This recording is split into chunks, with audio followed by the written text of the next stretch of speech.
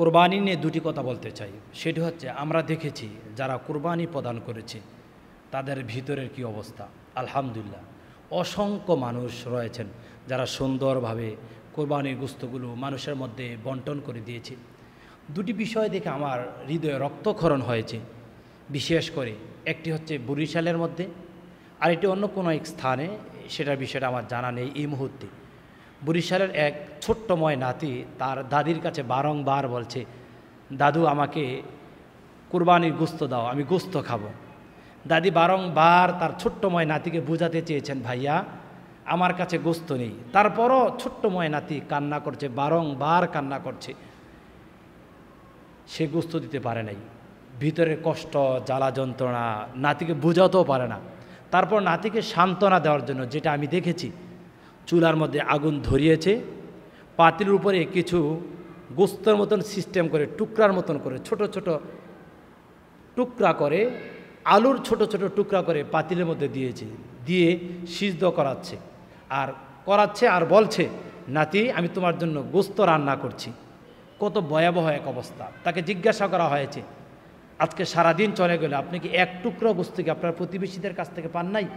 আমি দেখেছি ওই বুড়িমার চোখ থেকে অঝরভাবে পানি পড়েছে, কিন্তু সে বলছে না, আমি এক টুকরা গোশত পাই নাই, এমনকি নিজেও খেতে পারি নাই, আমার ছোট্টময় যে নাতি রয়েছে তাকেও আমি এক টুকরা গোশত দিতে পারি নাই। আপনি কি একবার ভেবেছেন, এই কুরবানিটা তো মূলতই হয়েছিল আল্লাহ তাআলার জন্য। আমরা গত কয়েকটি প্রোগ্রামে, আমরা অনলাইনে যখন কাজ করেছি, অনলাইনে কয়েকটি প্রোগ্রামে আমরা বলেছিলাম, কুরবানি মূলত আল্লাহর জন্য, নিজের জন্য নয়। তারপরও ছোট্টময় শিশু, পাশের বাড়িতে রয়েছেন বৃদ্ধা নারী, তাকেও এক টুকরা গোশত দেওয়া হয় নাই। কত জঘন্য কাজ, কত নিচু মনের মানুষের পরিচয় প্রদান করেছেন।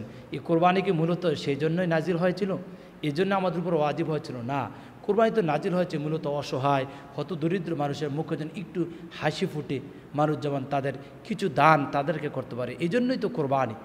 আর আপনারা কি করছেন? দুঃখ হয় এই বিষয় নিয়ে, আমার অধিক অন্তরে রক্তকরণ হয়েছে। দ্বিতীয় যে বিষয়টা দেখে আমার আরও অধিক কষ্ট লেগেছে, সেটা দেখেছি, মাটির মধ্যে থেকে কিছু সংখ্যক গরিব অসহায় মানুষ, দোতলার কিছু মানুষকে, দোতলার মধ্যে দুজন পুরুষ দাঁড়িয়ে রয়েছে, তাদের কাছে গরুর গোশত চাচ্ছে, বলছেন ভাই আমাদের কিছু গোশত প্রদান করুন, আমাদের কিছু কোরবানি গোশত দেন। তারা দেখেছে উপর থেকে এক টুকরা করে ছিটকা মেরে মাটিতে ফেলাচ্ছে, ছিটকা মেরে মাটিতে ফেলছে, আর তারা টোকে জি হ্যাঁ টোকে গরিব অসহায় মানুষগুলো নিয়েছে। আবার আমার এইমাত্র মিডিয়ার এক ভাই বললেন, যারা এই কাজগুলো করেছে, জঘন্য কাজগুলো করেছে, তারা এগুলো আবার টিকটক করেছে, তারা আবার ভিডিও তারা ধারণ করছে, ধারণ করে তারা ছেড়েছে। অর্থাৎ তারা কোরবানি করে নাই, তারা অসহায় মানুষদের একটি পেজ তারা দেখাতে চেয়েছে, অসহায় মানুষদের চেহারাগুলো সেখানে প্রচার করার চেষ্টা করছেন। জঘন্যময় কাজ, নিকৃষ্টময় কাজ, ঘৃণিতময় কাজ, লাঞ্ছনাময় কাজ। আপনার লজ্জা হওয়া উচিত। আপনি মূলত তো আল্লাহকে দেখানোর জন্য আপনি কোরবানি দেন নাই, আপনি ব্যক্তিকে দেখানোর জন্য কোরবানি দিয়েছেন। আর আপনি অসহায় মানুষদের জন্য শুধুমাত্র এক টুকরা গরুর গোশত, এটা কি শোভনীয় হয়? আর দেওয়ার তো কিছু সিস্টেম রয়েছে রে ভাই, দেওয়ার তো কিছু আদব রয়েছে রে ভাই। আপনি দোতলা থেকে গোস্তর টুকরা ছিটকে মেরে জমিনে ফালাবেন, আর সেখান থেকে গরিব অসহায় মানুষ এগুলো তুলে নিয়ে যাবে। আমি দেখেছি অসংখ্য ছোট ছোট টুকরার মধ্যে মাটি অথবা বালি পড়েছে, তারা এইভাবে ধুয়ে পরিষ্কার করে, এভাবে নাড়াচাড়া করে, তারপর তারা পলিথিনের মধ্যে ভরেছে। আপনার লজ্জা হওয়া উচিত ছিল, আপনার লজ্জা হওয়া উচিত ছিল। আপনি কীভাবে এই কাজটা করলেন? আপনি মূলত তো আল্লাহকে সন্তুষ্ট করার জন্যই কোরবানি প্রদান করেছেন।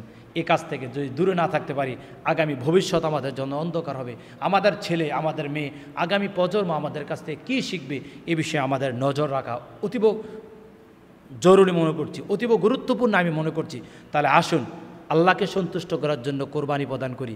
আমার এই দান, আমার এই সাদগা গরিব মিসকিনের কাছে আমি নিজের হাতে নিয়ে দিয়ে আসি, এভাবে আর কাজ করব না।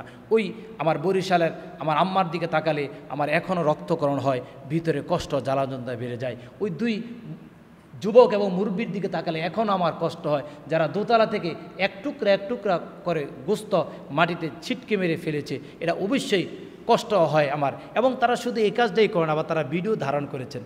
নাউজুবিল্লাহ, আল্লাহ তাআলা তাদেরকে ক্ষমা করুক, আল্লাহ তাআলা তাদেরকে মাফ করুক। এই সমস্ত জঘন্য কাজ থেকে গোটা জাতি, গোটা বর্ণ, গোটা সমাজকে আল্লাহ তাআলা পরিত্রাণ দান করুক। আল্লাহুম্মা আমিন।